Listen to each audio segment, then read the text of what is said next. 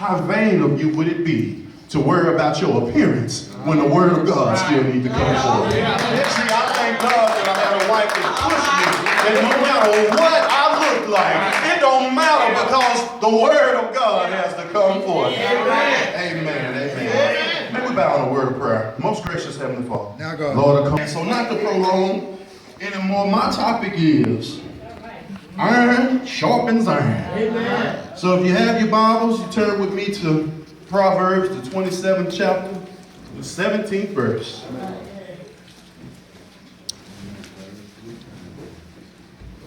And it reads, iron sharpeneth iron. Amen. So a man sharpeneth the countenance of his friend. Amen. Bless you. Iron sharpeneth iron.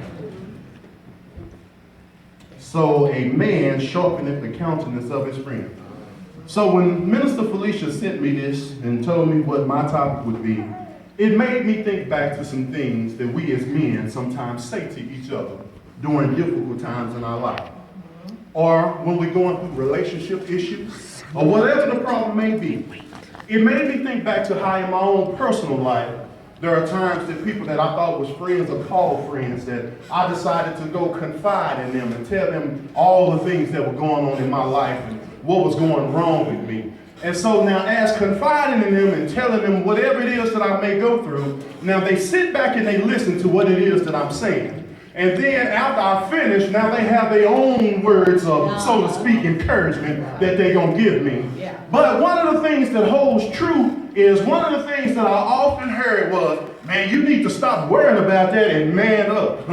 You need to man up, because if it was me, I wouldn't be dealing with the problem. If it was me, I would just walk out on it. But is that the true definition of what manning up is? Right. See, so often we use this term man up. Is manning up a rite of passage? Is it because a father passes down this right to you? Because if that's the case, then what about those that don't have a father in their life? Can you still become a man? Can you still man up? Does manning up mean that you have to have various different relationships and different encounters with different people? Is that what manning up is all about? No, that is not what manning up is about. But see, so often when we're lost and we are in the world, we begin to take on things that we think makes us a man. The more women that I talk to, I think makes me a man.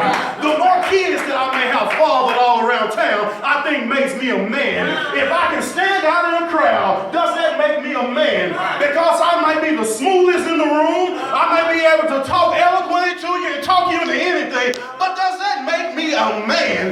No, it just makes me a man that is lost. See, sometimes you gotta stop trying to be the man and become a man. But the man that you have to be is a man of God.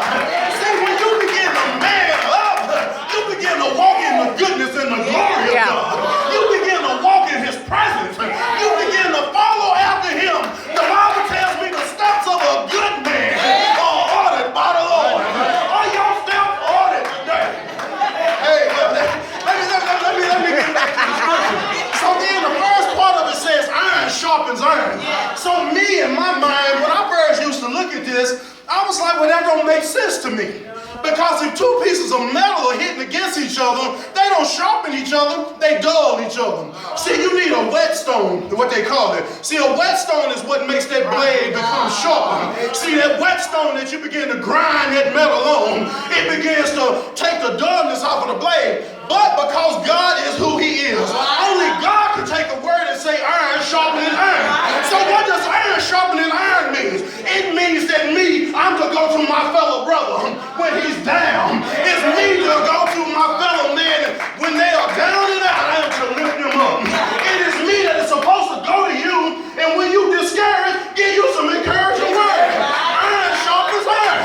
The Bible tells me in Romans 15:1, we then that are strong ought to help bear the infirmities of the weak and not please ourselves.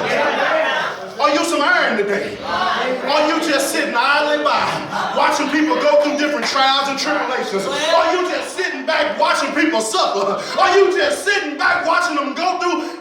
Oh, Lord. See, look here. See, it's not just enough to talk about what we're going to do in this world. See, we got to put some action behind the things that we say. Those that worship God must worship him what? In spirit and in truth. We've been talking about love in Sunday school way. But one of the things God says he wants about love is you got to show me in your deeds and your actions. See, you can talk me to death about what it is that you feel about me, but how you showing me what you're doing? You can talk a good game, but if you're not walking it, you don't amount to nothing. See, the word of God. Oh, man. Look here. So that iron, when it begins to sharpen one another.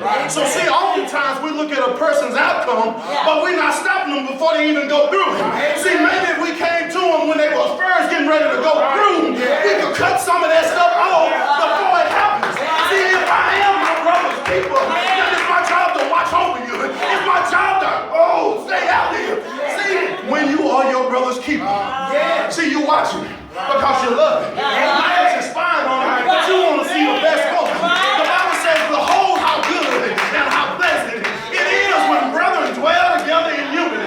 See, God is after some unity today. God is after some oneness. God is after a people that wants to live and serve him. Hey, I heard Sharpens Iron. So now if we move on, it says, what does it say? So a man sharpeneth the countenance of a friend.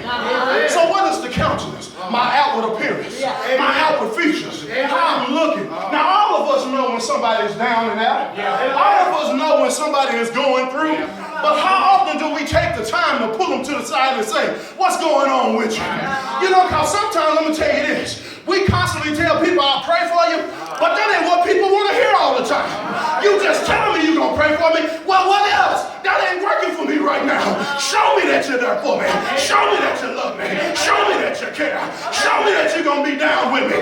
Show me that you'll come see about me. Because we quick to say, if you need anything, just call on me. But what happens when that person calls on you? Do you answer the call or do you go to call out? See, we talk about it, all we going to be about it. Sharpens iron. See, when my countenance is down, when I'm down and out and going through, see, I want Jesus to come see about me. Because say the Bible tells me he's a friend that sticks closer than any brother. So see, even when I'm down and out, I know how to go to the Lord, my God, myself. I know how to call on him in the midnight hour. I know how to seek him where he may be found. Amen. Amen. All right. Iron sharpens iron. What are you doing to sharpen? Right. What are you doing to strengthen one another? Well, you know what? There's strength in unity. Right. There's strength in unity. See, you know, the thing about it, you take a chain. The chain is only strong as its what? Its weakest link. You remove that weak link, then the chain falls apart. But as long as it's stuck together, as long as it's stuck together, there's strength in you. There's strength in it. You know, I'll give you an example.